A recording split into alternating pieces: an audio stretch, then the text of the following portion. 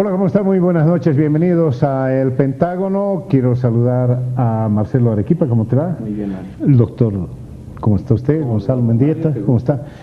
Francesco Zarati sigue negociando la importación de aceite de oliva de Don Tomasino en Italia, en Corleone, allá de Corleone, así que le damos permiso. Y Merivaca está en el Congreso en Tarija, en una reunión importante de ANF, así que tengo el gratísimo placer de tener aquí a Cecilia Requena. ¿Cómo estás, Ceci? Muy bien, Mario. ¿Todo bien? Todo bien. ¿Quién es Ceci Requena? Ahorita vamos a ver, es una gran activista sobre medio ambiente. Eso es, ¿no? Sí, es más una buena definición. Sí. Y alguien que ha estado varias veces aquí en el Pentágono, tiene varios prefiero de mantenerlo como Seba Michel. ¿Cómo te va? Mario, gusto estar en el Pentágono. Unos días está en el Pentágono, otros domingos está en esta casa, en el hotel, y así ¿no? Y otras veces en el fútbol. En el fútbol. Gracias por venir. Bueno, acaba de concluir la segunda cumbre mundial de los pueblos en Tiquipaya, y vamos a hablar un pedacito de eso porque, ¿qué? ¿Por qué me estás...? ¿No? Mañana concluye. Mañana, pues sí. La verdad es que es domingo y esto no está grabado. Mañana concluye. El presidente de Bolivia ha hecho entrega de 10 puntos importantes a Ban Ki-moon.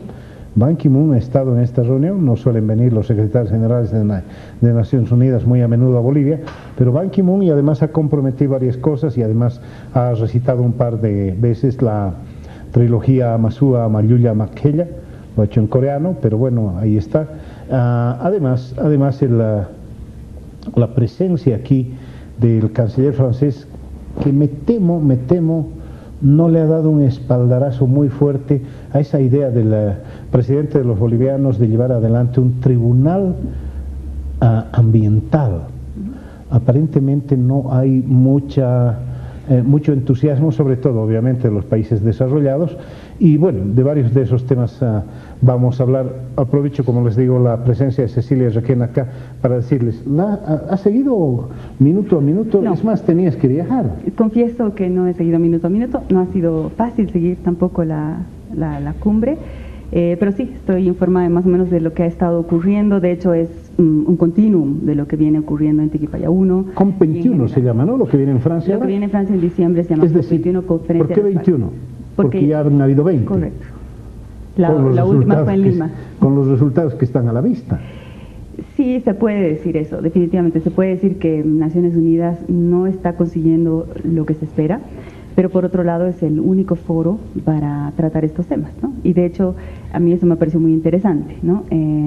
Yo pensé que como Bolivia no estaba presentando sus compromisos voluntarios de reducción de emisiones, cuyo plazo fenecía el 30 de septiembre, Bolivia no presentó ese documento, que es muy importante. Es como es un documento en que Bolivia dice: yo voy a contribuir a la mitigación del cambio climático de esta manera, ¿no? Reduciendo emisiones de tal manera, por ejemplo, reforestando, reduciendo mi deforestación de bosques, cambiándome a energías renovables, etcétera. Esa es la idea, y eso tenían que hacer todos los países. Es algo que se acordó en Lima. Finalmente, después de intentar imponer a los países algo que nunca funcionó, en varios fracasos, finalmente en Lima decidieron que sea voluntario.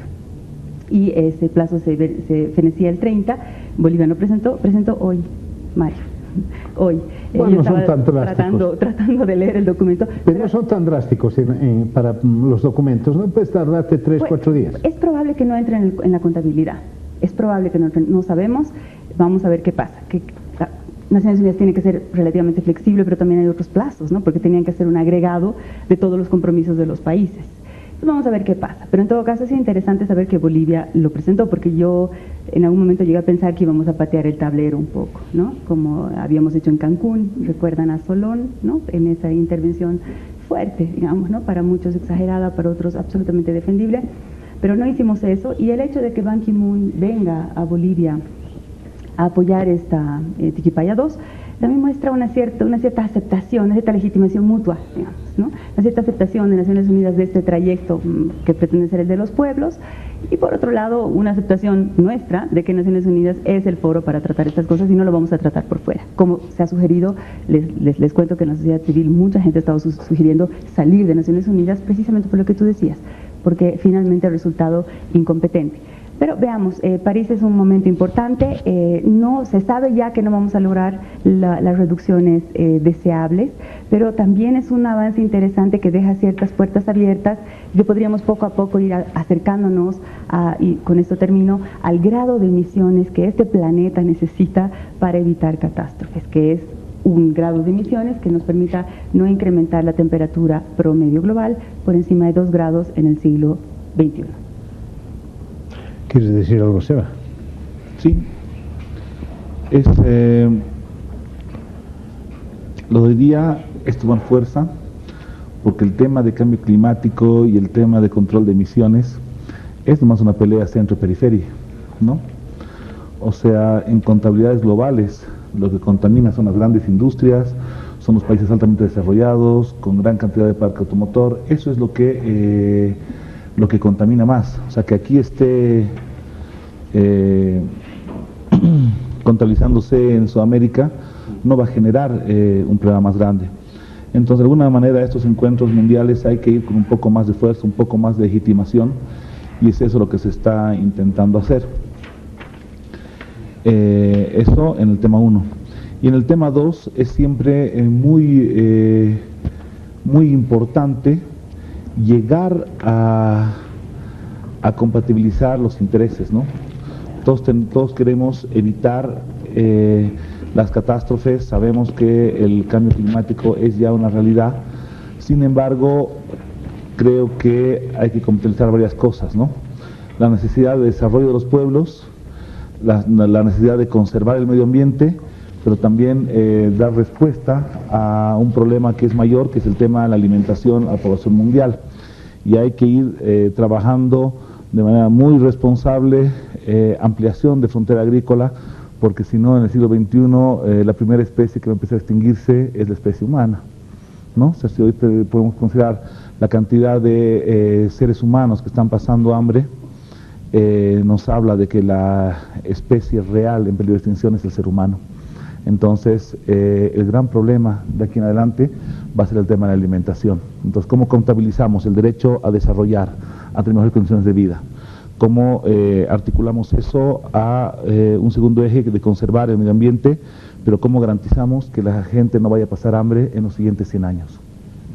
Te escucho muy compungido. ¿Realmente ha afectado esto? Y vos también sensibilizado, te he visto casi. No, te he visto la línea, de hecho, mejor paro, porque nosotros vamos a llorar ahorita. No, esto, lo mío es resfrío, pero te veo muy sensible. No te veo acompañar mucho el discurso del vicepresidente en esto. No, es un discurso del Estado, si no el Estado no habría armado esta Cumbre de los Pueblos. Está bien, ok, es un discurso.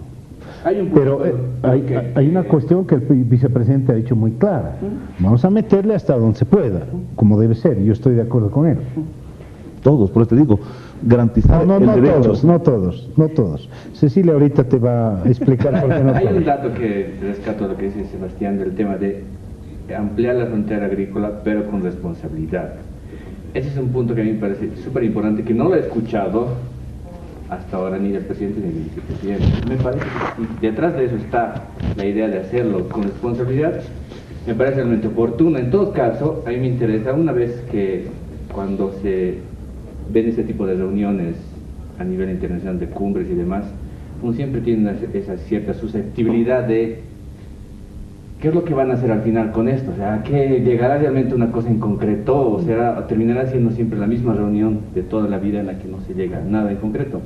¿No? Y decía Cecilia, el primer congreso que hubo de los pueblos, la cumbre de los pueblos, la Tiquipaya 1, perdón, fue en 2010, ¿verdad? Y ahí, más allá de las anécdotas que salieron alrededor del discurso del presidente, ustedes recordarán también el tema de la calvicie y de la Coca-Cola, ¿verdad? La de los pueblos. Ahora se habla del tema, el presidente hablaba con fuerza y con vehemencia del tema de la reforestación, ¿no? Hablaba muy fuertemente de la deforestación, y ahí me suena mucho de esta postura de llevarla de cara a lo que decía COP21 en París, pero si eso se ve con responsabilidad, uno debería intentar aprender de las experiencias de lo que estamos viviendo hoy día. Y una de las experiencias que a mí me llama mucho la atención es el tema de la quinoa, por ejemplo, en nuestro caso. Y es muy interesante ese tema, muy patente más bien, Porque, por ejemplo, se dice, nuestras autoridades siempre apelando al tema de la queja y del llanto, diciendo, no, es que ahora Perú nos ha ganado. Teníamos 10 años de hegemonía, de explotación y exportación de la quinoa, y no lo hemos logrado. Ahora Perú nos ha ganado. Y el tema es el siguiente, es decir, Perú ahora puede producir 4 toneladas de quinoa por hectárea, y nosotros apenas 1. Entonces, si la visión hacia el futuro, de mediano o de largo plazo, es en realidad ampliar la frontera agrícola, toda vez que esto es además uno de las conclusiones de la cumbre agropecuaria que hubo este año, si es de manera responsable y de manera paulatina, además utilizando la tecnología que nos permite hoy en día, perfecto. A mí me parece súper interesante y además muy importante esto, porque en algún momento tenemos que empezar a producir más en menor cantidad de territorio, como se está haciendo ahora mismo en el mundo, ¿no? Yo he visto una ambigüedad de algo peronista en el tratamiento de los discursos del gobierno. Eso no lo he hecho, ambigüedad. No creo que le sea además peyorativo al gobierno. Yo creo que hay eso. Digamos, en términos políticos, la visita de Ban Ki-moon ha sido un buen negocio, la visita del canciller también, y creo que ha tenido unos pincelazos de discrepancia respecto a la propuesta del Tribunal Ambiental, pero en general la presencia de personalidades es darle pelota y darle, digamos, como decía Cecilia, legitimidad a la postura gubernamental. Decía ambigüedad peronista porque primera vez que escucho al presidente decir en una cumbre de estas características no vamos a hacer horabosques. Digamos, eso me parece un giro respecto a la posición que antes, por ejemplo, con Pablo Solón a la cabeza, era una posición de creyentes absolutos. Y, ojo, visto mucho de ser una persona que esté en la trinchera de la discusión desarrollismo, medioambientalismo, pero uno ve ciertas posiciones que estos días se han revelado del gobierno boliviano algo distantes de lo que era la línea antes. Y creo que eso casa perfectamente con lo que decía Sebastián. Se ve en general desde el gobierno como una relación centro-periferia. Entonces, digamos, para sacar conclusiones del análisis centro-periferia, el centro tiene la responsabilidad, nosotros no, y por lo tanto podemos hacer ciertas cosas para nuestro desarrollo que el centro las hizo hace siglos y nadie le dijo nada. A mí me parece una elección real, creo que es un dilema real, el hecho de, bueno, ¿qué voy a hacer? Si más desarrollo o más cuidado del medio ambiente, pero a la vez creo que si uno lo plantea solo en términos de centro-periferia, le está echando, la responsabilidad es de ellos, yo no puedo hacer nada. Y se evade de algunos datos, por ejemplo, el hecho de que las emisiones per cápita de una población tan pequeña como la boliviana no son tan bajas como quisiéramos. Entonces, hay algo que podríamos hacer, y yo creo que es mejor, y por eso decía la ambigüedad calculada, que me da la impresión que el gobierno quiere ocupar los dos terrenos, el terreno del ambientalismo, que es políticamente fuerte, rentable, le da buena cara al mundo, el presidente tiene su propia presencia, Ban Ki-moon viene a verlo por estos temas, y también no cerrarse la puerta de generar más ingresos para el Estado y poder... De que la gente coma. No, está bien, pero lo que digo es, esa ambigüedad el gobierno no busca resolverla, porque podríamos ponernos a un lado o al otro. Creo que, por ejemplo, Correa tiene ahí una posición más abierta. Bueno, los que están con medio ambiente a ultranza, esos no están conmigo. Me parece que la posición del MAS no es exactamente esa. Bien, debo ir a un corte si me permiten, ya están puestas las posiciones, luego los mensajes vamos a continuar.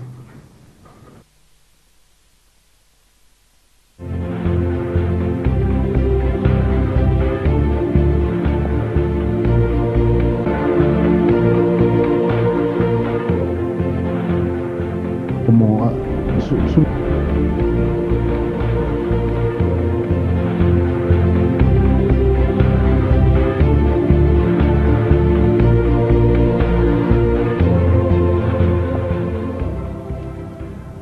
Bien, gracias por seguir con nosotros. Estamos en el Pentágono, estamos hablando de la cumbre climática, vamos a hablar de varios temas. Pero ante todo quiero agradecer al Observatorio de Medios de Comunicación y Opinión Pública que todos los domingos, y este en particular sube el programa en YouTube, así que usted puede vernos en YouTube en cualquier momento, en Bolivia o en cualquier parte del mundo. Bien, creo que has preparado artillería para destrozar los argumentos de Seba Michel. A ver, Sí, yo había tratado de hacer una introducción neutra, ¿no? Pero ahora sí vale la pena, después de lo que he escuchado, entrar un poco más en materia de modo crítico. Yo creo que hay una enorme confusión con este tema, y mucho de esa confusión es intencional, ¿no? Lo que decía Gonzi lo percibo yo también. Confusión cuando es intencional ya pasa a ser. No, pero puedes querer confundir a los demás. Intención. Bueno, lo has dicho tú, ¿no?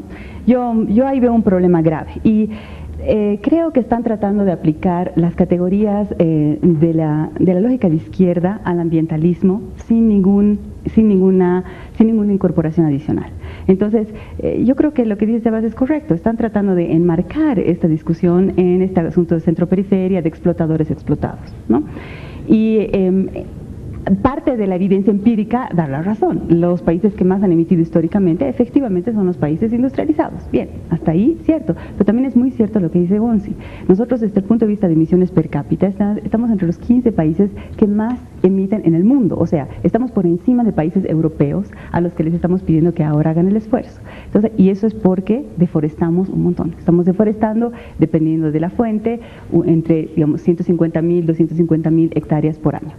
Eso es grave, porque, y esto me permite unir el argumento con lo que decía Sebas. Sebas estaba planteando lo mismo, estaba haciendo Marcelo, decir, ¿es alimentación o ser guardabosques del mundo, ¿no? Este es un falso dilema, eso no es así, de hecho es al revés, ¿no? Nosotros, si deforestamos nuestros bosques, vamos a tener un problema de ruptura del ciclo de agua, para decirlo claramente. Ustedes sabrán que el ciclo de agua es fundamental para la agricultura, ¿verdad? Okay, si no tenemos agua, no tenemos agricultura. Entonces, es un despropósito avanzar con la frontera agrícola sobre los bosques. Peor aún si se trata de una frontera agrícola que es monocultivo, de exportación, y no tiene nada que ver con alimentación, Sebas. Porque la gran parte de la expansión de la frontera agrícola está hecha aquí para soya que se exporta para, por ejemplo, animales que comen eso en Europa, ¿no? Entonces, no sigue siendo alimentación. Sí, pero de manera indirecta. O sea, no estamos asegurando nuestra seguridad alimentaria, sino de manera muy indirecta, por así decirlo. De ahí, ¿no? Tenemos dólares con los que compramos alimentos cada vez crecientemente producidos en otros países. Ustedes saben que la importación de alimentos no ha hecho más que crecer en estos 10 años. Entonces, si lo que nos preocupa verdaderamente es la alimentación, la seguridad alimentaria, cosa que estaba en el discurso, pero que no está en los hechos, las apuestas deberían ser muy distintas. Y estos son temas muy, muy complejos, voy a tratar de ser muy breve, pero básicamente deberíamos tener una agricultura, y ahí voy a coincidir con Marcelo, responsable, decía él. Y cuando hablamos de responsabilidad, ¿qué estamos diciendo? Que sea ecológicamente responsable, es decir, que respete los límites biofísicos de la naturaleza, ¿okay? Eso está más allá de la ideología, ¿no? Yo no puedo pretender reemplazar las emisiones de CO2 con emisiones o pelearlas con emisiones de ideología. Hay cosas concretas ahí que son los límites biofísicos, y es preocupante el grado que tenemos de deforestación de nuestros bosques. Teníamos 60 millones de hectáreas, ahora estamos en aproximadamente 50 millones. Si deforestamos los 10 millones que se anunciaron con los planes, ¿no? Estamos jugando peligrosamente con destruir ese sistema del que depende el ciclo de agua de este país. Así que no es así. Nosotros deberíamos, en agricultura, en alimentos, estar muy atentos a la vocación de los suelos. Esa es otra palabra clave, ¿okay? Y la vocación de los suelos del bosque amazónico no es agrícola.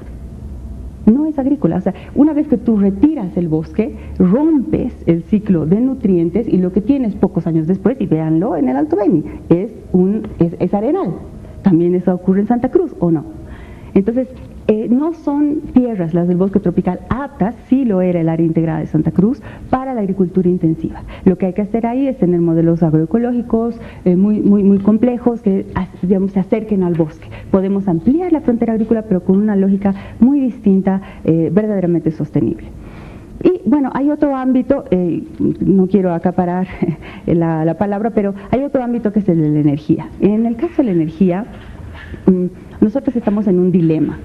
O apostamos por ser crecientemente dependientes de los hidrocarburos, y esa apuesta implica mucha plata. Se ha anunciado hasta 3.500 millones de dólares, y hay otro dato que hoy leía de Hugo del Granado, hasta 5.000 millones de dólares en inversión para descubrir nuevos hidrocarburos. Y encima de eso, en áreas protegidas, lo que implica destrucción de bosque per se, porque se abren caminos y por ahí entran los colonos. En vez de buena parte de ese dinero estar invirtiéndolo en energías renovables, para lo que somos, y hemos hablado de eso antes aquí, un paraíso, ¿no? Entonces, no es que tú puedes hacer las dos cosas, en el discurso funciona bien, pero en la realidad tú tienes que decidir dónde pones tus recursos, a qué apuestas verdaderamente. Y Bolivia ahorita está apostando a profundizar su dependencia de los hidrocarburos. Los hidrocarburos son emisores netos de CO2. Entonces podríamos emitir aún más, podríamos hacer todavía más emisores per cápita, lo que es una medida correcta, porque no nos podemos comparar con China, por ejemplo, en términos absolutos, ¿no? Con 1.000 millones de habitantes contra 10. Entonces el per cápita es verdaderamente la comparación que vale, y ahí estamos muy mal posicionados. Y yo creo, cerrando esto de manera otra vez general, que hay un problema con hacer ese traslado de la tradicional ideología de izquierda, ¿no? Y se dice que el culpable del cambio climático es el capitalismo. Y yo ahí tengo una divergencia. Yo creo que en el mejor de los casos es la sociedad industrial. Porque cuando yo digo capitalismo, da la impresión de que si yo me voy al socialismo está todo bien. Y no es así. O sea, si hablamos de emisiones históricas, ¿no? Tenemos emisiones históricas muy altas de países de la esfera socialista.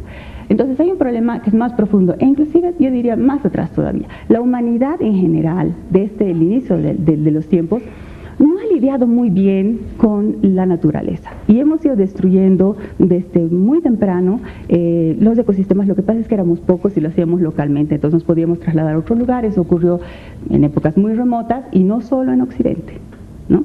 El Imperio Maya, por ejemplo, es un ejemplo de lo que se dice que habría sido una destrucción ecológica, lo mismo que la isla de Pascua. Entonces, yo creo que cuando situamos el origen y el centro del problema en el capitalismo, nos estamos engañando, estamos generando una confusión, y cuando uno hace un mal diagnóstico va a tender a tener malas soluciones para el problema. Yo creo, y con esto cierro, que esto es así y es fácil confundirse y estamos un poco perplejos, porque en verdad, y ahí voy a coincidir con los documentos del gobierno, con el discurso, necesitamos un cambio civilizatorio. Estamos ante una crisis enorme, nunca la hemos tenido en estos términos, y estamos enfrentados a que lo que estamos haciendo, si lo seguimos haciendo, es inviable y vamos a realmente tener serios problemas. No voy a hablar necesariamente de desaparecer, pero serios problemas, ¿ok? Si seguimos así. Entonces tenemos que cambiar, pero no sabemos muy bien a qué. Y los discursos del vivir bien y del buen vivir y qué sé yo, los países que los han propuesto, que eran quienes deberían haber dado el ejemplo de entonces cómo es eso en concreto, no lo están haciendo. En el fondo están siguiendo el mismo camino que los demás. Entonces estamos en un problema como humanidad que no sabemos muy bien hacia dónde ir, pero sabemos que lo que tenemos no funciona. Sin embargo, y para cerrar esto con una nota optimista que es además realista, en ciertos ámbitos clave como la energía hay avances fundamentales como los de la energía solar y eólica, y eso resolvería buena parte del problema de cambio climático si todos nos ponemos en ese camino. Entonces tampoco es imposible, solo que vamos a ir aprendiendo poco a poco, pero hay que tomarse muy en serio esto de que es un cambio civilizatorio. Seba, que ha sido viceministro de Comunicación, trabaja ahora asesorando a yacimientos, y ella ha hablado de temas energéticos que son esenciales. ¿Están viendo yacimientos eso o prefieres responder algunos puntos puntuales que ha dicho Ceci? Sí, en global, porque como lo ha dicho ella, parecería que Bolivia contamina más que Inglaterra, más que Alemania, más que Italia, más que Francia, más que Estados Unidos. Per cápita damos en el palo. Eso es jugar con la estadística. Sí. Es el que es responsable de las emisiones más grandes que están ocasionando cambio climático, no es Bolivia. Si vos pones un ciudadano de Connecticut y un ciudadano del monte que tiene que talar un árbol para hacer su leña y hacer su cabaña, lo puedes comparar así. Entonces, Bolivia es el responsable del cambio climático mundial, sí, y en realidad los ciudadanos de Estados Unidos. Eso es una falsedad. Pero esa excusa, muy peligrosa. Esa excusa parece, no contaminamos más porque no podemos. Sí, parece eso, ¿no es cierto? Lo que aquí hay que discutir, y por esa razón los países grandes no quieren incorporarse a esos compromisos obligatorios, es un problema del G20. Es en el G20 donde se realiza la verdadera contaminación, las verdaderas emisiones que están ocasionando cambio climático. Querer mentir, querer engañar, querer disfrazar eso no tiene sentido, ¿no? Aquí en Bolivia podríamos jugar, no sé, pues tener más sistemas de transporte con electricidad y menos con diésel, prohibir que entren micros con diésel y exigir que todo sea eléctrico. Aún así, eso en porcentajes reales en el mundo no va a cambiar. O sea, no hay que mentirse. No hay que mentirse solamente por afanes políticos al interior del país. El problema del cambio climático es un problema de las grandes potencias que están generando las emisiones que están generando el cambio climático. Ese es el tema número uno. El tema número dos, el mundo tiene una demanda creciente, ¿no? Se pueden caer un poco los precios, se estabilizan, suben, bajan, pero la demanda de energía no ha cambiado, ¿no? En Bolivia estamos viviendo como estamos viviendo, estamos con oportunidades mayores, mejores, que reconocen absolutamente todos los organismos internacionales, gracias a que hemos sabido dar un uso adecuado a nuestra venta de hidrocarburos y de energía fósil, básicamente, ¿no? De que hay que cambiar la matriz, porque eso es finito, necesitamos ir hacia otro tipo de energías, y en ese tipo de energías se están trabajando, que igual generan un impacto en el medio ambiente, igual van a generar, podemos poner hidroeléctricas, podemos poner eólica, igual van a generar un punto de impacto en el medio ambiente. Ahora, este punto de impacto habrá pues que mitigarlo, habrá que controlarlo, habrá que compensarlo, por supuesto. Pero un tema es la energía, que tenemos que seguir explotándola, porque si no, como países vamos a seguir yendo hacia la pobreza, mientras el resto del mundo avanza en desarrollo y tira unas cuantas monedas para que sigamos cuidando a los monos, ¿no? O también nos quedamos con una falta de comida. La FAO lo dice, o sea, eso de que no hay hambre en el mundo, a mí me parece, la verdad, no solamente un sinsentido, sino una insensibilidad. Cuando en Bolivia hay gente que padece hambre y en el mundo, ni qué decir, hay poblaciones enteras que están padeciendo de hambre, hay gente que se muere de hambre. ¿Y por qué se muere de hambre? Porque los volúmenes de alimentos que se producen en el mundo giran hacia donde hay capital, porque los precios de los alimentos han crecido, pero así como crecen, se van yendo hacia donde hay capital. Puede haber un momento en que todo el alimento se termine mandando a los mismos centros que emiten las contaminaciones, no son otros, ahí mismo es donde te compran el alimento. Entonces hay que tener políticas de soberanía, de seguridad alimentaria que nos garanticen. Pero también es un producto importante para exportar porque el mundo lo está demandando. Y no está demandando productos especiales. El mundo pobre, todo Asia, toda la parte Caribe, todo Brasil, no consume otros productos, usa aceite. Por eso la soya puede tener problemas de que si es transgénica, si no es, si la vuelve no sé qué o no sé qué, pero ahí se saca el aceite con el que está cocinando absolutamente todo el mundo pobre. Pero ahí te estás, pobre. Lo que pasa es que te estás pasando una palabreja están comiendo, muy rápidamente, Seba. Están comiendo arroz, eso come. En la mañana el mundo pobre, los chinitos, los caribeños, los africanos comen arroz con alguito de azúcar, por eso la caña es importante, el arroz es importante, la soya es importante. Esos son los productos que consume en volumen el mundo.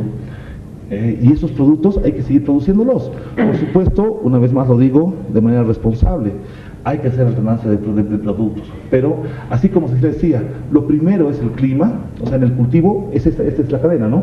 Tienes primero el clima y, por consiguiente, el agua. Pero esa agua tiene que llegar a una tierra, porque finalmente el alimento sale en la tierra. Puedes experimentar bonito en tu casita, poner hidropónicos en un taller y hacerte entrevistar en un canal.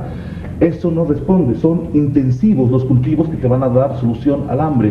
Necesitas hacer un buen uso de la tierra, y por eso es importante siempre estar haciendo saneamiento, verificar función económica, social, o cuando ya no te alcanza más, de manera responsable, ir ampliando la frontera agrícola. A ver, lo que pasa es que ustedes meten en todo el asunto global. Yo soy periodista y quiero ir en un par de cositas puntuales. Como quien no quiere la cosa, Sebas, has dicho, transgénicos o no transgénicos. La mesa 18 de Tiquipaya acaba de denunciar que Bolivia está en el puesto 11 de producción de alimentos transgénicos.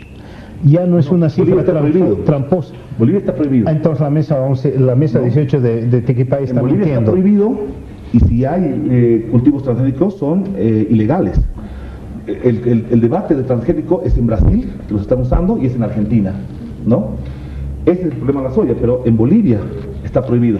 Si están usando, es una cosa ilegal, y si los pescan, les van hasta revertir las tierras. A ver, yo diría,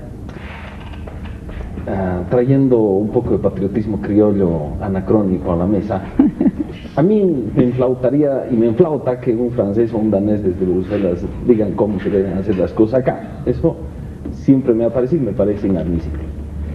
Y digamos, de eso se ha vivido y se vive. Dos, entiendo la responsabilidad cuando los ingresos se están achicando de qué vamos a vivir. Y creo que es una responsabilidad que le compete al Estado. Y tampoco es fácil decir ya nos olvidamos de los hidrocarburos y hacemos economía verde ya. O sea, porque incluso para eso tendría que haber una transición. ¿Cómo manejamos esa transición? Creo que es. Y desde el ambientalismo veo muchas veces solo slogans, digamos. O sea, tiene que ser así, es un deber ser, es casi una fe. Así tiene que ser, todo lo que no vaya con el deber ser está mal. Ok, o sea, esas premisas me parecen aceptables. Lo que ya no me parece muy aceptable es que de contrabando en la tesis centro-periferia se haga pasar un elefante, que es yo puedo seguir hablando del medio ambiente y básicamente puedo hacer lo que me parezca porque no estoy haciendo cosas muy graves. Y no digo solamente porque, qué grave, están diciendo cosas ambiguas y eso va contra la verdad, que Aristóteles se va a enojar, no es un problema solamente de preservar la verdad. Me parece que impide a la sociedad boliviana desarrollar una agenda propia y un compromiso, un consenso respecto a lo que tiene que hacer aceptado por la mayoría. O sea, nos obliga a todos a vivir como buena sociedad barroca en medio del discurso solamente. Sí. Y creo que no nos obliga más bien a Aterrizar. y aceptar las verdades duras, entre las cuales puede estar que parte de la frontera agrícola tiene que crecer si quiero vivir de algo, ok, pero digámoslo así. Mi crítica a la ambigüedad peronista es que creo que por privilegiar la buena prensa de ambos mundos, distribuyo y sigo siendo desarrollista y a la vez hablo de medio ambiente, no ve incluso el largo plazo de convencer a la sociedad de qué es lo que tenemos que hacer. Bien, Marcelo, ¿quieres decir algo luego de los mensajes, por favor? Descansarnos un poquito de la lógica aristotélica y la ambigüedad peronista de Gonzalo. Luego los mensajes, seguimos, por favor. ¿Acaso hay tanto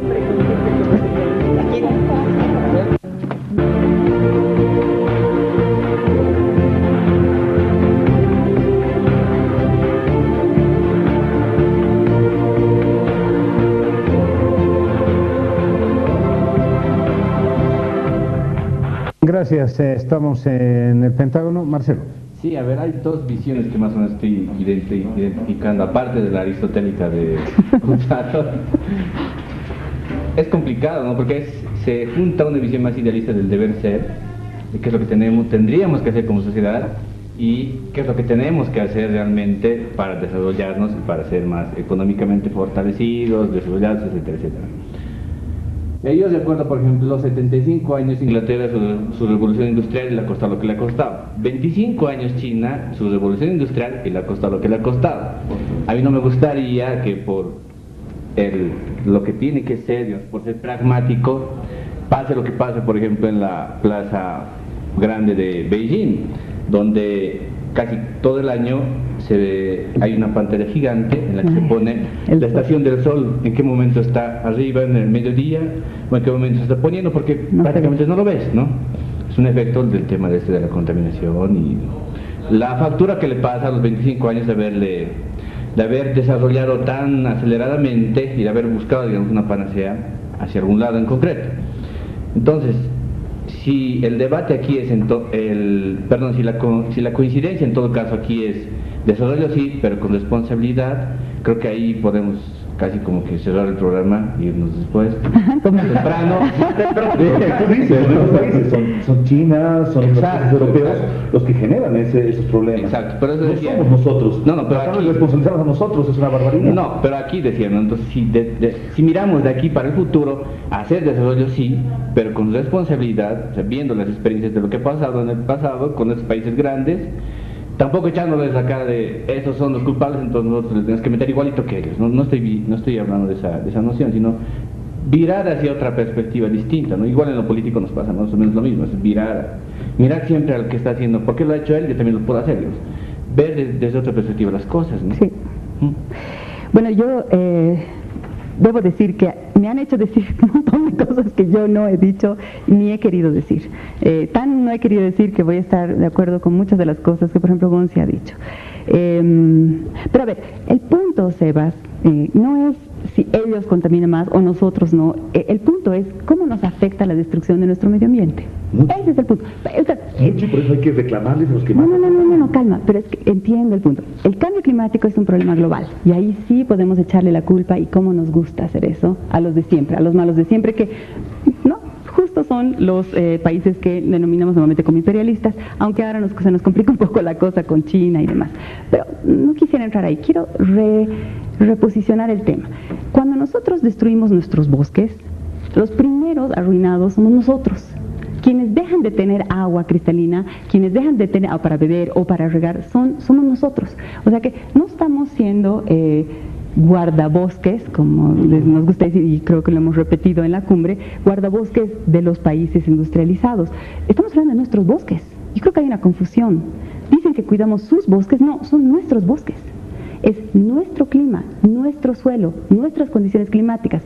Que nuestros bosques adicionalmente generen equilibrios sistémicos globales, es cierto, pero en primera instancia, si tanto nos preocupamos de nosotros, de nuestra propia alimentación, de nuestro propio bienestar, pues son el primer interés en cuidar nuestro bosque y por tanto, insisto, el ciclo vital, pero no solo el ciclo vital, pero me voy a quedar ahí, somos nosotros. Entonces, no tiene sentido plantear las cosas como una dicotomía entre si tú vas a conservar es por ellos, porque les haces caso a los franceses insoportables que te dicen. No es así, no es ese el punto. Bueno, los ecologistas serios, en realidad desde los 90, hay una reflexión muy seria que derivó en desarrollo sostenible, que ahora se está superando como concepto, precisamente porque se entiende que el desarrollo no es sostenible en sí, porque parte de una idea de que desarrollarse es consumir cada vez más y producir cada vez más, linealmente, el crecimiento económico lineal, que es el que nos encanta y por el que nosotros seguimos midiendo nuestro éxito, Sebas. Cuando estamos en un planeta finito, que tiene límites biofísicos finitos, entonces, por lógica elemental, no puede haber un crecimiento de producción y de consumo creciente, infinito, en un planeta finito. Y estamos llegando ahorita a varias crisis ambientales globales. Una de ellas es el cambio climático y hay otras más, como por ejemplo la crisis del agua, como por ejemplo, otra, me acaba de ir alguna de ellas, la crisis de nitratos, que tenemos contaminado precisamente con agroquímicos las aguas subterráneas. Es otra de las crisis. La pérdida de biodiversidad. Estamos entrando a la sexta mega extinción de la historia del planeta, no de la humanidad, y nosotros la estamos causando, que es un poco lo que tú decías, Sebas, al inicio. Entonces hay que cambiar de lógica. Y quiero decir, entonces, que no se trata... perdón. Bien, no es un problema de debemos salir de la pobreza, o sea, no es un dilema de pobreza o conservación. La idea es justamente lograr que podamos lograr un bienestar sostenible, y eso implica el cuidado del medio ambiente. Ese es el desafío al que yo me refería antes, ¿no? El desafío de cambiar ciertos paradigmas, algunas cosas ya las tenemos ahí, para justamente avanzar en incremento de bienestar, pero no a costa de la naturaleza, porque eso no es inviable en última instancia. Y quiero por último decir que obviamente cualquier persona ambientalista, seria, te va a decir que estamos hablando de transiciones. No estamos hablando de cero hidrocarburos mañana, pero de transiciones. Entonces, ¿a dónde apuestas en el futuro? Y finalmente quería decir que es interesante, y este es un tema adicional, que en el documento que hemos presentado ante Naciones Unidas, cuando hablamos de energía, no hablamos de la planta nuclear. A propósito de esos discursos dobles y que pueden parecer, que generan confusión y que pueden hasta ser una impostura en muchos casos. No estarás en contra de la planta nuclear. Estoy en contra de la planta nuclear. A ver, lo haremos más rápido. El tema, te ha planteado la dicotomía. ¿Es dicotómico para el gobierno boliviano pobreza o desarrollo? Por supuesto. Es decir, ¿conservación o desarrollo? No. El problema es que los problemas de cambio climático son globales, ¿no? No son parcelados. O sea, no es que si nosotros hacemos esto acá, en el margen de nuestra frontera hacia arriba, empieza a generarse un cambio climático. El cambio es global, y ese cambio global hay que combatirlo. Y hay que combatirlo, por supuesto, en conciencias regionales, en conciencias propias, pero tenemos que tener conciencia de que hay que generar fuerza para ir a pedirle a los que más emisiones hacen que dejen de hacerlas, ¿no? Y yo en eso no voy a transar, o sea, no voy a asumir la responsabilidad, porque el sentido común te lo dice, pregúntale a cualquier persona del mundo, o sea, ¿es Bolivia, es el boliviano o es el del G20 el que está contaminando y el que está aportando más emisiones para que haya este cambio climático que tantos desastres trae al mundo? Pero ese discurso Entonces, parece decir contaminemos todos. No, nadie ha dicho eso. Lo que yo te digo es, en el tema de cambio climático, la respuesta, la solución al problema está en el centro, no está en la periferia. Discúlpame que insista con la pregunta del Mario, porque creo que es bien útil. O sea, le pides a cualquier habitante boliviano que con este argumento se abstraiga de su propia conducta, porque en verdad los grandes responsables, o sea, nos saca de cualquier acción, digamos, la condena por lo menos. Como no somos nosotros, problemas en otro lado. Y me parece que ni siquiera matiza, ¿no? Es como, digamos, los grandes evasores de impuestos son las grandes empresas, yo puedo no pagar impuestos. Entonces, no es un argumento que muy cómodamente nos quita la carga cualquiera, aunque sea chiquita, nos quita y no induce a que hagamos nada porque la culpa está afuera. No. Como país, por supuesto, tenemos que hacer cosas, ¿no? Pero este encuentro de ahora no es un problema para ver qué se está haciendo en Bolivia. Es una cumbre para tomar fuerza, para ir a reclamar al centro, por eso es de los pueblos. ¿Qué estamos haciendo nosotros y qué no están haciendo ellos? Porque yo ahí quiero ser bien categórico. El mundo va en una vía de emisión creciente y no han parado y no quieren firmar compromisos. Y para que firmen compromisos hay que hacer presión desde la periferia. Eso para mí es claro. Segundo, el momento que tú, como responsabilidad, tienes que garantizar comida, energía para la gente, tienes que tomar decisiones responsables, cuidadosas, con mitigación, pero tienes que generar espacios donde se pueda producir más comida, porque la comida se está yendo hacia ese centro que que está contaminando el mundo, ahí está yendo la comida, y los países pobres están cada vez con más déficit de comida. Entonces tenemos que tomar medidas, y esas medidas son cultivando, no hay otra. Hay jueguitos, ¿no? Hay experimentos, hay detallitos, pero eso en volúmenes reales, grandes, no cubre. En el tema de hidrocarburos fósiles, eso se va a acabar tarde o temprano, no porque se acaben los hidrocarburos, ¿no? Es como la pregunta que le hacían al de la OPEP, ¿no? ¿Cuándo se va a acabar los hidrocarburos? Muy pronto, porque se van a agotar, no pues. La edad de la piedra no se ha acabado porque se acabe la piedra. Van a venir energías nuevas y hay que estar avanzando en eso. Por eso es importante desarrollar en Bolivia hidroeléctricas, hay que ir a lo eólico, hay que ir a todo tipo de energías que vos acabas de ofender, hay que experimentar, hay que desarrollar, hay que saber por dónde va a ir el mundo, ¿no?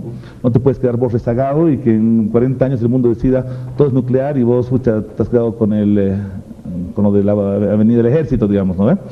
Entonces, hay que ir experimentando, hay que tener el conocimiento, hay que tener la técnica, la ciencia. Por el momento, el mundo sigue dependiendo de las energías fósiles, y en los próximos 20 años quizá también, pero por supuesto hay una voluntad de ir cambiando esto, y esta época de energía fósil se va a acabar, y no porque se acaben los hidrocarburos, sino porque el mundo lo va a reemplazar. Marcelo, un minutito después de Gonzalo, brillantemente con su retórica. Dos cositas.